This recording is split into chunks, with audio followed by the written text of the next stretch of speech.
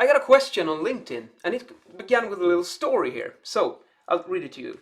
Once upon a time, I met with my cousin, and he was passionately talking about different stereo systems, and that size does not matter, and that there are other factors.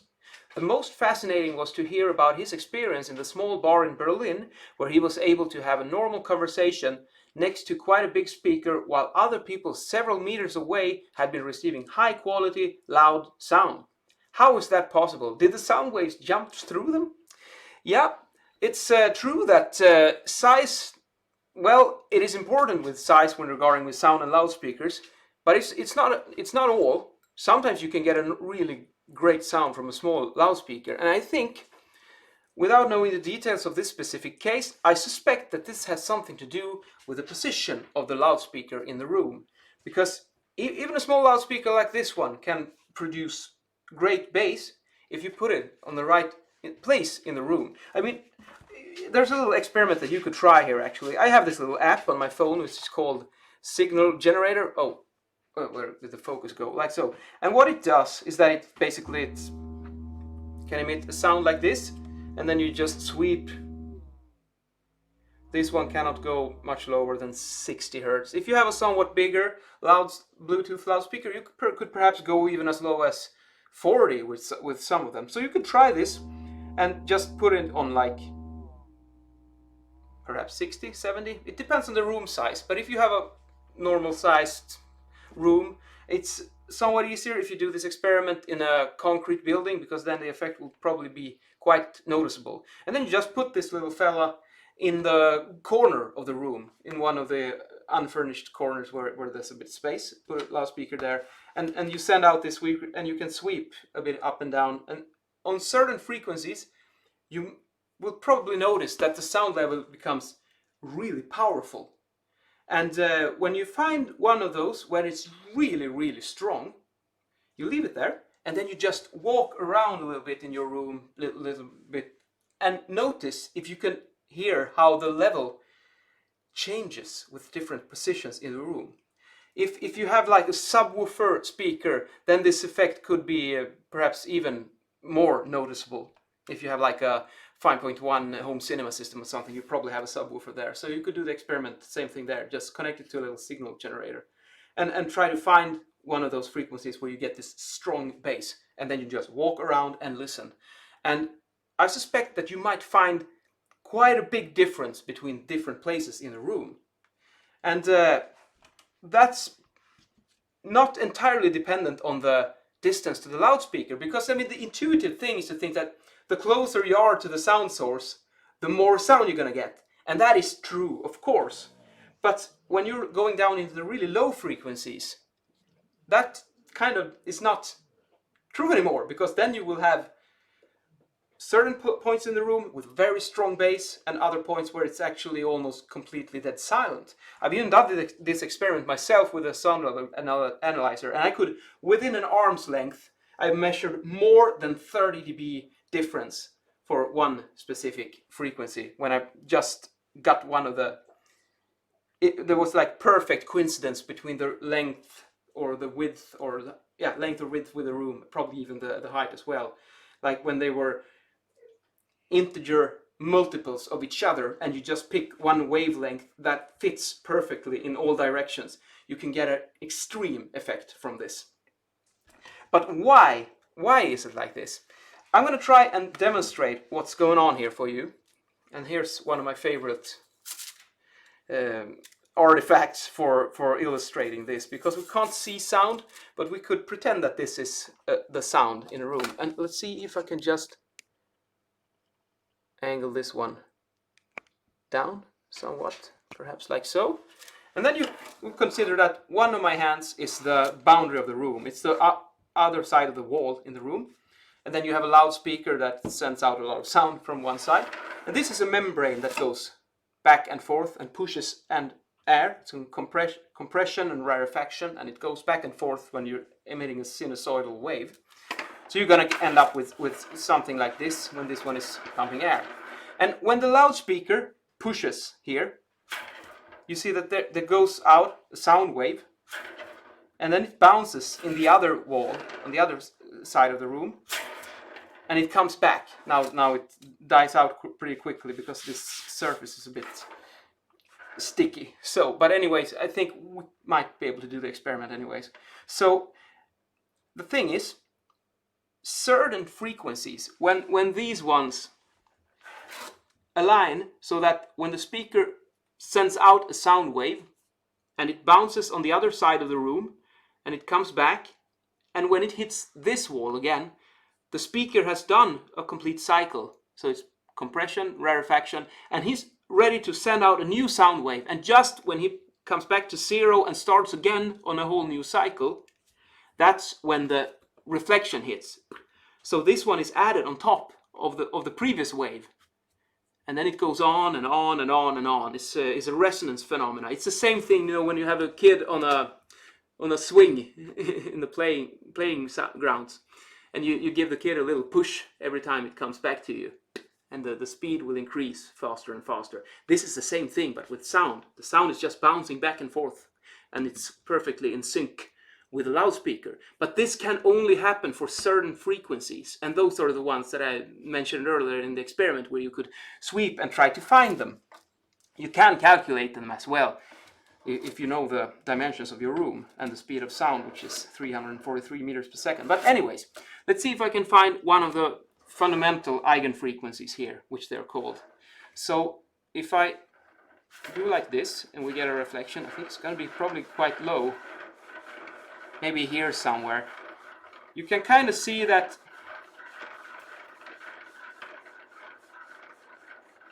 in the middle of the room, the slinky is, it's a shame that this surface is a bit sticky.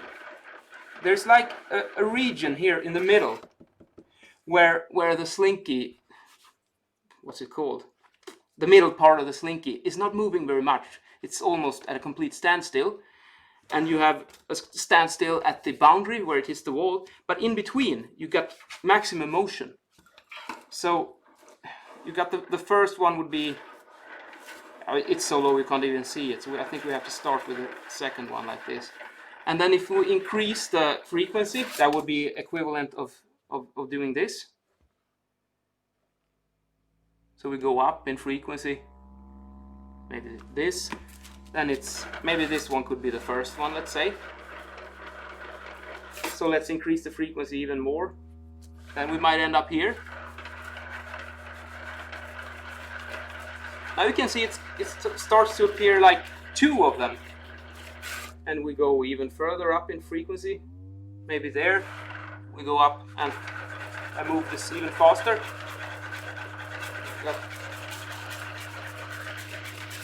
So you can see that depending on the speed, I could get like 1, 2, 3, 4 points where you got these compression regions where you get a lot of compression and not that much movement. So let's see if I can do a manual sweep with my hand throughout the frequencies. So here we have, somewhere around here we have the first, so I increase.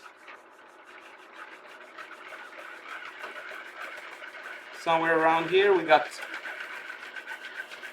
2 of them, 3 of them, 4, and I do as fast as I can, and you see it becomes more and more and more, and they come closer and closer together, and when this goes really, really fast, they're going to be so tight together that you can't even discern them from each other. If you have a slinky, you could try this yourself, and perhaps on a surface which is less sticky than this one, but this little video was quite improvised, so it's the best I could do right now.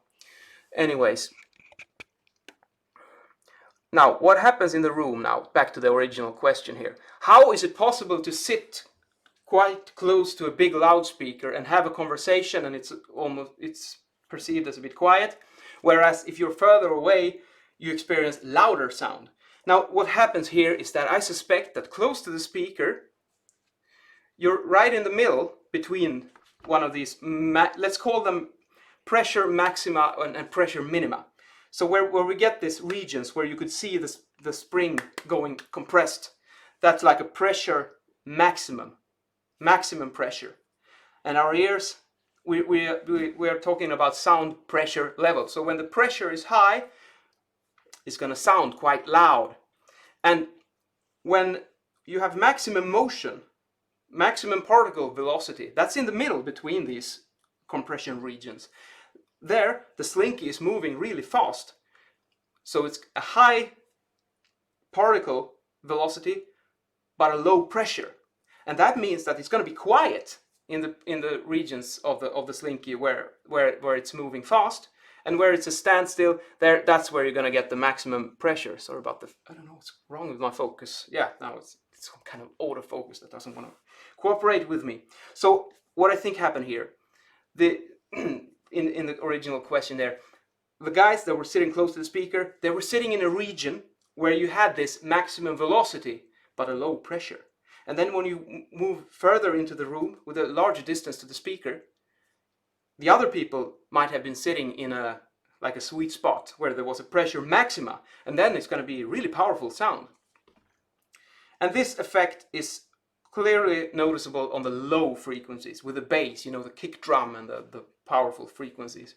As you go up in frequency, like I did with the slinky, when I go faster and faster and faster, they're gonna come so tight that you can't really discern the difference between them anymore. So that then you move up into like a more diffuse sound field, which is that you get more or less the same steady state no matter where you are inside the room. So that's my idea of what was going on here. So thank you, Piotr, for the question. That's a really good one. It's a difficult one to explain quickly. I see this went on for like 12 minutes, but anyway, I hope you are a bit more educated on this topic right now, and please keep the questions coming. It's great, good inspiration.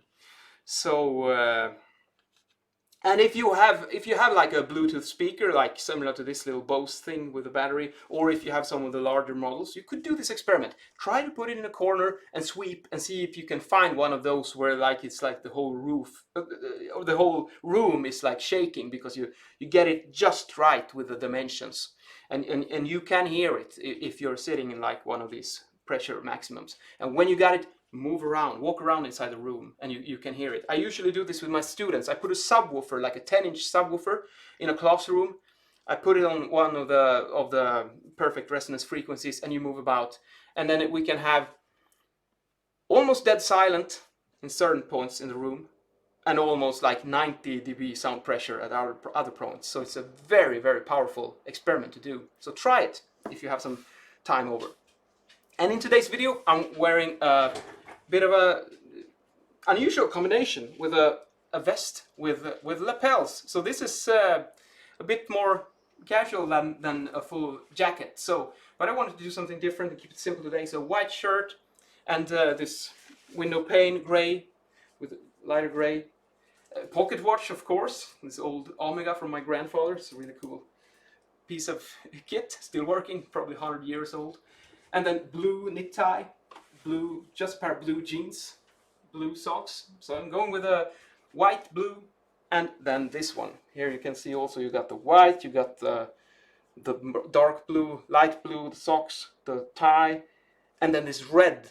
The contrast becomes really, really strong. And this is, when you have this vest with the lapels, you can actually rock it with a pocket square like this, and it's kind of nice. It's fun to do something different. You can't just go dressed the same way every day. This autofocus is very annoying. So have a nice evening. Well, that's time here at least. So, and I'll talk to you guys tomorrow. See ya.